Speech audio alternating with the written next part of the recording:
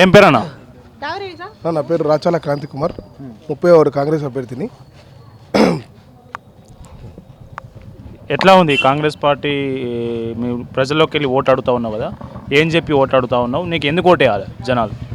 Congress party చేసిన development, ఈ 2.5 సంవత్సరాలు ఏదైతే డెవలప్మెంట్ చేసిందో ఆ డెవలప్మెంట్ చెప్పి అదేవిధంగా ఆ డెవలప్మెంట్ చూపించుకుంటేనే మేము ఓటు అడుగుతున్నాం. మాకు కాంగ్రెస్ గవర్నమెంట్ ఏర్పడిన తర్వాతనే కొత్త సీసీ రోడ్లు కానీ ఇవన్నీ ఏర్పాటు జరిగింది. అంతకుముందుకు ఉన్న కౌన్సిలర్ ఎవరు కూడా ఇంత మంచిగా ఏం చేయలేదు. ఈ డ్రైనేజ్ వ్యవస్థ కానీ, సీసీ రోడ్ల నిర్మాణం కానీ, ఈ ఎలక్షన్ కోడ్ పడడం వల్ల మిగతా సీసీ రోడ్లు కూడా చేపట్టలేకపోయినాం. ఇంత ఎలక్షన్ అయిపోయిన తర్వాత ఖచ్చితంగా ఆ సీసీ రోడ్ల నిర్మాణం కూడా పూర్తవుతుంది. ఖచ్చితంగా 2 నెలల వనపర్తిలో జరిగిన డెవలప్మెంట్ అంటే ఏం చెప్తావు?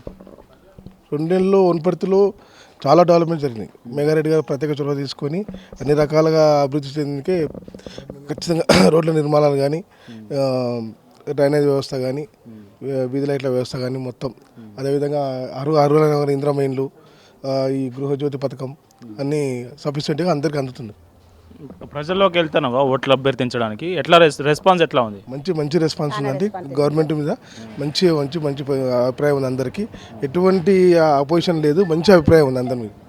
గవర్నమెంట్ మీద చాలా అభిప్రాయం ఉంది. ప్రత్యేకంగా మేఘరెడ్డి గారి మీద చాలా మంచి అభిప్రాయం ఉంది కాంగ్రెస్ గారు. మొత్తం 33 వార్డులలో ఎన్ని వార్డులు గెలవబోతుంది కాంగ్రెస్ ఇక్కడ? ఖచ్చితంగా 20 నుంచి 20 వార్డులు గెలవబోతుంది. 20 నుంచి 20 వార్డులు ఖచ్చితంగా గెలవబోతుంది. 30. మీ వార్డులో ఏ పార్టీతో నీకు పోటీ ఉంది? ఏ అభ్యర్థితో, ఏ పార్టీ అభ్యర్థితో? BRS versus Congress. BRS versus Congress. Okay. ఈ మీ వార్డులో ప్రధానంగా మీరు గమనించిన సమస్య చెప్పమంటే ఏం చెప్తారు? ప్రధానంగా నేను గమనించిన వ్యవస్థ సమస్య ఏంటంటే, ప్రధానంగా ఈ సీసీ రోడ్లు, డ్రైనేజ్ వ్యవస్థ, ఈ కుక్కల బెడద, వీధి లైట్ల సమస్య, ఇట్లా చాలా ఉన్నాయి. ఈ వీధి లైట్లు ఏర్పాటు చేయకపోయేసరికి అసాంఘిక కార్యక్రమాలు చాలా జరుగుతున్నాయి. ఇంకోటి సీసీ కెమెరాల వ్యవస్థ లేదు మా వార్డులో. ఏం పేరు? రామకృష్ణారెడ్డి. వనపర్తిలో ఏం నడుస్తుంది?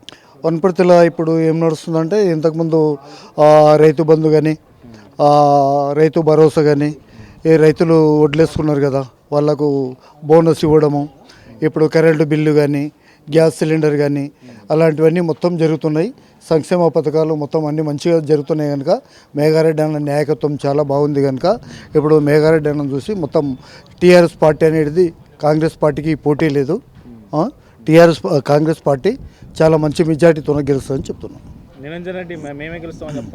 నిరంజన్ రెడ్డి చేసినవన్నీ మొత్తము ఏమేమి అభివృద్ధి చేసిండు, ఏం చేసిండు, మొత్తం ఎక్కడెక్కడ సంపాదించుకున్నాడు, ఏమేమి చేసిండు, మొత్తం భూదందాలు అవన్నీ చేసిండు కదా. అవన్నీ చూసి ప్రజలు గుణపాఠం చెప్తారు. ఇప్పుడు ప్రజలు గుణపాఠం చెప్తారు. ఎన్ని వార్డులు గెలిచే అవకాశం ఉంది 33 కాంగ్రెస్? 33 వార్డులలో 20 నుంచి 25 వార్డులు తప్పకుండా గెలుస్తాయి. ఇక్కడ ఏ ఇంటికి పోయినా కానీ కాంగ్రెస్ పార్టీ గురించి చెప్తున్నారు. జనాలు కూడా కాంగ్రెస్ పార్టీ మీద మంచి అభిప్రాయంతో ఉన్నారు. తప్పకుండా ఓట్లు ఇస్తారు, గెలిపిస్తారు. నమస్కారం, నా పేరు Srikanth, NSU leader, Wanaparthy district. అయితే మనం ఇప్పుడున్న మున్సిపల్ ఎలక్షన్లో ఎమ్మెల్యే మేఘారెడ్డి గారు యువతకు ఎంతో ప్రోత్సహిస్తున్నారు. మనం గతంలో చూసుకుంటే టీఆర్ఎస్ కానీ బీజేపీ కానీ చూసుకుంటే యువతని వాడుకున్నారే తప్ప, జెండా పట్టుకొని వాడుకున్నారే తప్ప ఇప్పటివరకు వాళ్ళు టికెట్లు ఇచ్చిన కాలం అనేది లేనే లేదు. ఇప్పుడు కాంగ్రెస్ ప్రభుత్వంలో మన మేఘారెడ్డి గారి హయాంలో, అలాగే రేవంత్ రెడ్డి గారి హయాంలో యువతని ప్రోత్సహించి వాళ్ళకి టికెట్లు ఇవ్వడం అనేది జరుగుతుంది. ఎందుకంటే మనం ఉదాహరణ తీసుకుంటే, మనం మొన్న పెబ్బేరు మండలంలో వైశాఖపూర్లో ఒక ఎంబీబీఎస్ చదివే విద్యార్థికి బీఫామ్ ఇచ్చి కాంగ్రెస్ పార్టీ గెలిపించుకోవడం అనేది జరిగింది.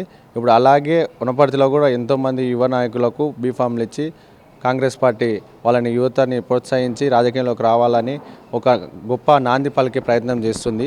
కాబట్టి కాంగ్రెస్ పార్టీకి యువత కూడా చాలామంది ఓట్లేసి గెలిపిద్దామని ప్రతి వార్డులో చదువుకున్న విద్యార్థులు కానీ, అలాగే సీనియర్ సిటిజన్స్ కానీ ప్రతి ఒక్కరూ కాంగ్రెస్ పార్టీకి ఓటేసి గెలిపించాలని వాళ్ళు నిర్ణయించుకున్నారు ఆల్రెడీ.